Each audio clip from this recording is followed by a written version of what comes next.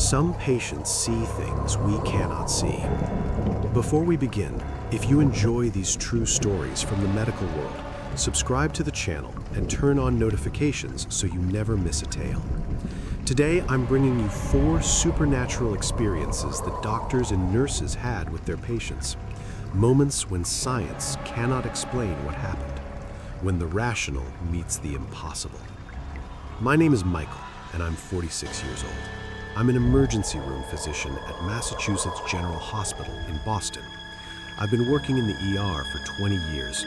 I've seen everything: car accidents, heart attacks, gunshot wounds, overdoses. I thought after 2 decades nothing could surprise me. But what happened in April 2020 with a patient named Robert showed me there are things medicine cannot explain. There are things that can't be explained. What I experienced that night changed everything. It was a Saturday night, around midnight. The ER was relatively quiet for a weekend. An ambulance brought in a 71-year-old man, Robert Williams, who had suffered a massive heart attack at home.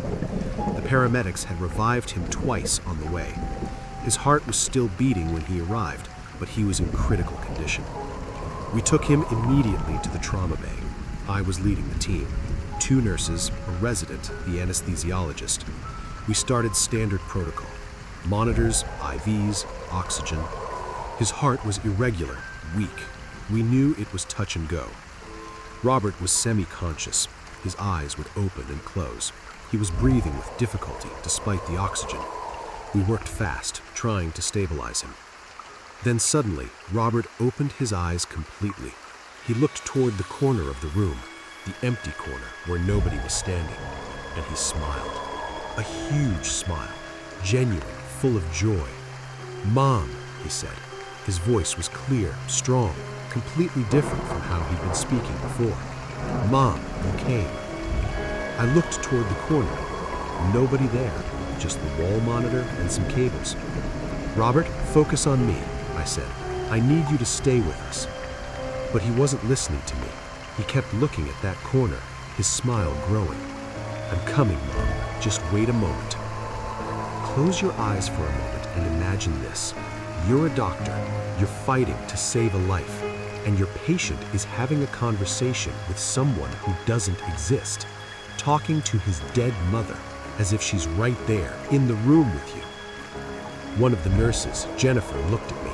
She had noticed it too. The resident looked uncomfortable.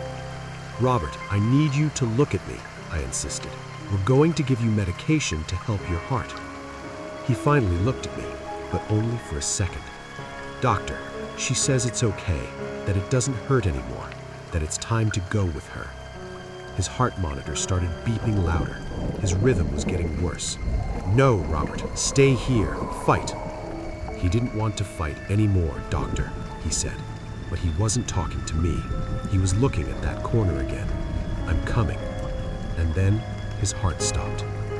We started CPR immediately. Chest compressions, epinephrine, defibrillator.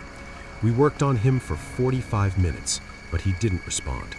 At 12:52 a.m., I called it time of death. After completing the paperwork, I spoke with her daughter, who had arrived at the hospital. I expressed my condolences. I mentioned that her father had spoken about his mother in his final moments. The daughter looked at me strangely. "My grandmother?" "But doctor, my grandmother died exactly 15 years ago, tonight, April 18th, at 12:52 a.m. I felt cold. The same date, the exact same time her father had just died. My dad always said that when his time came, his mother would come for him, that she had promised that he wouldn't die alone. That night, after my shift, I couldn't stop thinking. In 20 years of medicine, I've seen many patients die, and I've noticed a pattern. Many, just before the end, talk to people who aren't there. They see deceased loved ones, they converse with them, they smile. We doctors call it pre-death visions. We explain it as lack of oxygen to the brain, hallucinations. But after Robert, I'm not so sure, because the coincidences were too many. The date, the exact time, his mother's promise. I'm still an ER doctor. I still apply science. But now, when I see a patient talking to someone invisible, I don't interrupt. Because maybe, just maybe, there really is someone there. Someone who comes to get them, to take them home. But Dr. Michael's experience isn't unique in the medical world. Recently, I met Sarah, a 41-year-old hospice doctor in Seattle. What happened to her with a terminal patient showed her that some people know the exact moment of their death days in advance. Sarah specializes in end-of-life care.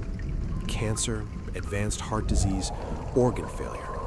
It's emotionally exhausting work, but Sarah does it with compassion, trying to give each patient a dignified death. There are things that can't be explained. What I experienced that night changed everything. In November 2021, Sarah was caring for a 68-year-old patient, Mr. Chen, with terminal liver cancer. There were no more treatment options. Mr. Chen was in hospice care, receiving only pain medication. Mr. Chen was a practical man, a former engineer, very rational.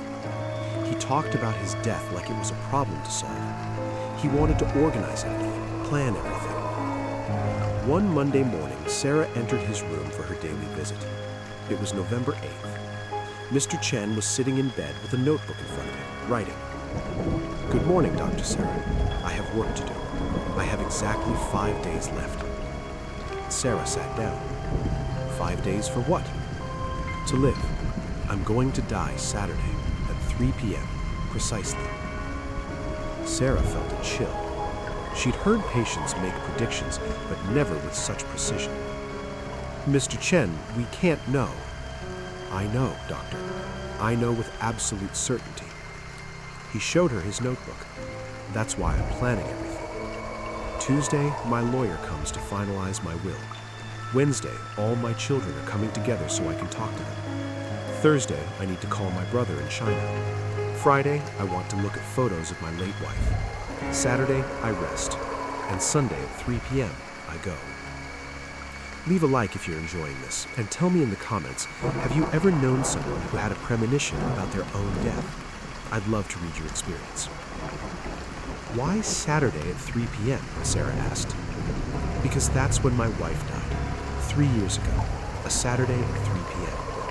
She told me in my dream last night that she would come for me exactly 3 years later at the same time."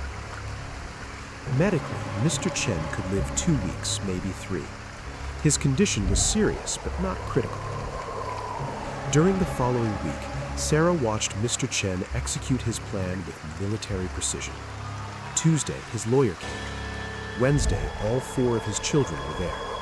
Sarah heard them laughing and crying together, sharing memories. Thursday, Mr. Chen spent 3 hours on the phone with his brother. Friday, he looked at photo albums all day, smiling at memories. Saturday morning, he rested, calm and serene. Saturday afternoon, Sarah wasn't on duty, but she couldn't stay home. She came to the hospice. At 2:30 p.m., she entered Mr. Chen's room. His children were with him. "Dr. Sarah, thank you for coming." Mr. Chen smiled. 30 minutes left. Sarah checked his vital signs. Everything was normal. Heart stable, blood pressure low but expected, breathing regular. No medical signs of imminent death. At 2:58 p.m., Mr. Chen looked at the wall clock. 10 minutes. She'll be here soon. His children were crying. He was calm.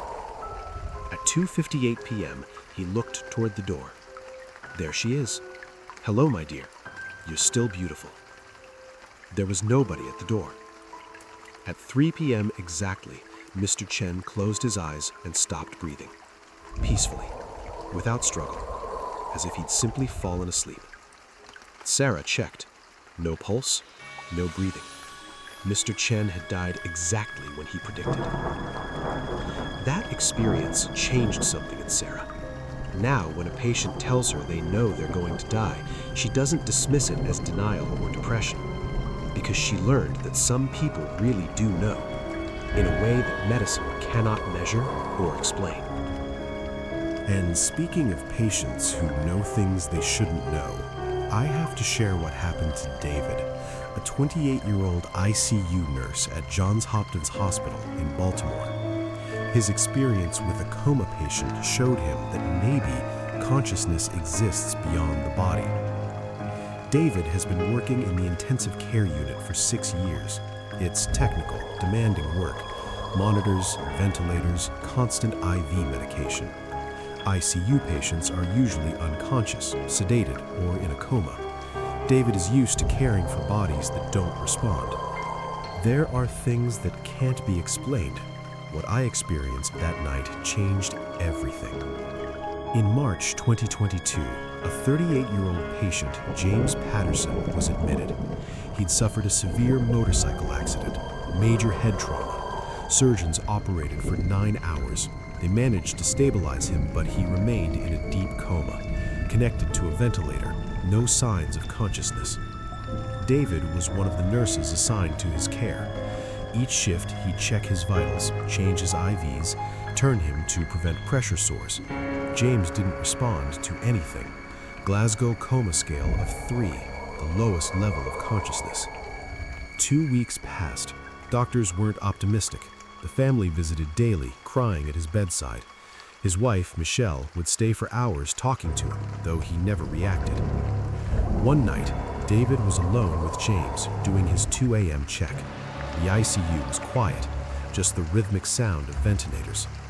David was adjusting an IV when something strange happened. James opened his eyes. He didn't move them, didn't focus on anything, just opened them and kept them fixed on the ceiling. "James, can you hear me?"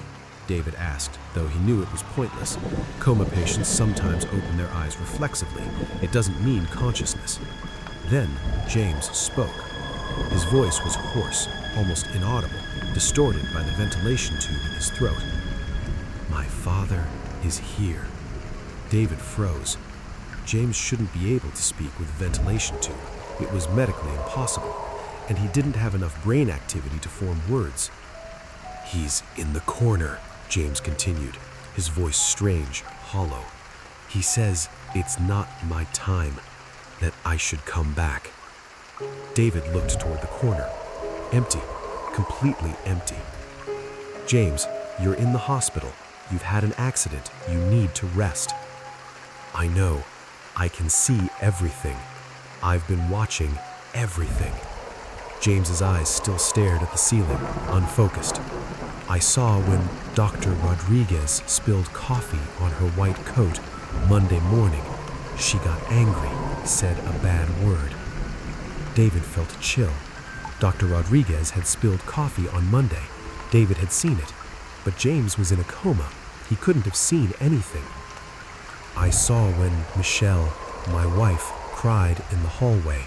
She told my brother she couldn't take it anymore, that she wanted to let go." That was also true. David had heard that conversation, but it was in the hallway, outside the room. James couldn't have heard it. "And I saw you today when you arrived at work. You argued with your girlfriend on the phone in the parking lot about moving in together." David stepped back. That had happened that afternoon in the hospital parking lot, 200 meters from the ICU. There was no way James could know. "How?" "I've been outside my body, floating, watching everything. But my father says I should come back, that I have more time." And then he closed his eyes and went still again. David checked his vital signs. No change. Deep coma, as if the conversation had never happened. David wrote the incident in the log, though it sounded crazy. No doctors commented on it. They probably thought David had imagined it. 3 days later, James woke up, really woke up, opened his eyes, focused, recognized his family. Doctors were amazed. They called his recovery a medical miracle. When James was strong enough to talk, David went to see him.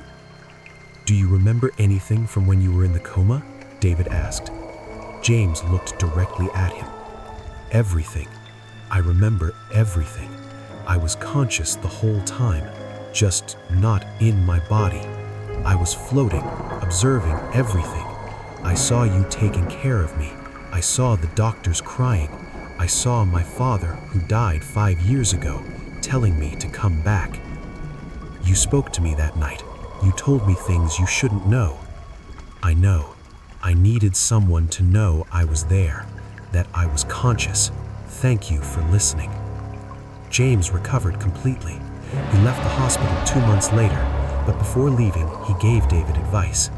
Never assume coma patients aren't conscious. Maybe they can't respond, but they're there, listening, watching, feeling everything. And to close out these unsettling accounts from the medical world, I want to share Dr. Jennifer's experience, a 43-year-old pediatrician at Children's Hospital Los Angeles. What an 8-year-old girl told her hours before dying made her question everything she believed about life and death. Jennifer has been a pediatric oncologist for 18 years. She's treated hundreds of children with cancer. It's the hardest job that exists, watching children suffer, watching families destroyed. But Jennifer does it because when she saves a child, she feels it's all worth it. There are things that can't be explained. What I experienced that night changed everything. In January 2023, Jennifer was treating an 8-year-old girl named Emma. Brain tumor, aggressive type. Emma had fought for 2 years. Chemotherapy, radiation, surgery, everything. But the cancer had returned, and this time there were no more options. Emma was in hospice care. Her parents knew. Jennifer had explained it to them as carefully as possible. Now all that remained was keeping her comfortable, pain-free, with dignity. Despite her illness, Emma was an incredible child. Bright, creative, always drawing. She loved butterflies, rainbows, unicorns. Her room was filled with her artwork. One Thursday afternoon, Jennifer entered Emma's room for her daily check. Emma was awake, sitting in bed, drawing. But this drawing was different. It showed a little girl, obviously herself, holding hands with 2 figures, an elderly woman and an elderly man. Above them, Emma had drawn clouds and a bright sun. "Who are they?" Jennifer asked. "My grandparents, the ones who died before I was born. They're coming to get me tomorrow." Jennifer felt a lump in her throat. "Why do you say that, sweetie?" "Because I saw them last night. They came to my room. They said not to be scared, that tomorrow night when the stars come out, they'll come take me to heaven, and there nothing will hurt anymore." Emma said it with an unsettling casualness, as if she were talking about the weather. "They showed me what heaven looks like. It's really pretty. There are lots of kids playing, and all my grandparents are there. Even my mom's dog from when she was little." Jennifer didn't know what to say. Medically, Emma could live days, maybe a week more, but sometimes children have premonitions. "Are you scared?" "No, I'm tired of everything hurting, and my grandparents say in heaven I'll be able to run and play again, like before I got sick." Emma smiled. "But I'm going to miss Mom and Dad. They love you very much." "I know. That's why I made them drawings for each of my birthdays until I turn 18. So when it's my birthday, they can look at my drawings and remember I'm okay, that I'm playing in heaven." Jennifer had to leave the room. She cried in the bathroom for 10 minutes. Then she composed herself and went back to work. That night, Jennifer couldn't sleep. She kept thinking about Emma, about what she'd said. At 2 a.m., she received a call from the hospital. Emma had gotten worse. Her family was with her. Jennifer arrived at the hospital as fast as she could. It was 2:30 a.m. She entered Emma's room. The parents were on each side of the bed, holding her small hands. Emma was conscious but weak, breathing with difficulty. When she saw Jennifer, she smiled slightly. "Dr. Jennifer, they're here. My grandparents. Do you see them?" Jennifer looked around. Only the parents, a nurse, herself. "They're by the window, waiting for me." Emma turned her head toward the window. Outside, the sky was beginning to lighten with the first rays of dawn. "But you said they'd come when the stars came out," Jennifer said softly. "I know, but they couldn't wait." Emma laughed weakly. "They say it's time, that they're ready if I am." Her mother was sobbing. Her father gripped her hand. "It's okay, Mommy. Don't cry. I'm going to be fine. I'm going to be with Grandma and Grandpa, and I'll watch over you from above, always." Emma looked toward the window again. "I'm coming. Give me one more minute." She turned to her parents. "I love you, always. Don't forget to look at my drawings on my birthdays, okay?" And then, as the first light of day entered through the window, Emma closed her eyes. Her breathing stopped. Her heart stopped beating. It was 4:23 a.m. on Friday, exactly as she'd said, in the morning when the sky brightens. Jennifer checked. No vital signs. Emma had died, peacefully, without fear, as if she'd simply fallen asleep. Her parents cried, but there was something different in their tears. It wasn't just pain, it was also peace, because Emma showed them she was ready, that she wasn't afraid, that she was going somewhere better. Jennifer is still a pediatric oncologist. She still fights for every child, but after Emma, she's not as afraid of death anymore, because she learned that maybe death isn't the end. Maybe it's just a transition, and maybe, just maybe, there are people waiting on the other side to receive us, to take us home. If you made it this far, leave a comment telling me if you've ever known someone who had a premonition of their death or saw someone invisible before dying. And if you know someone in the medical field, share this video. See you in the next one.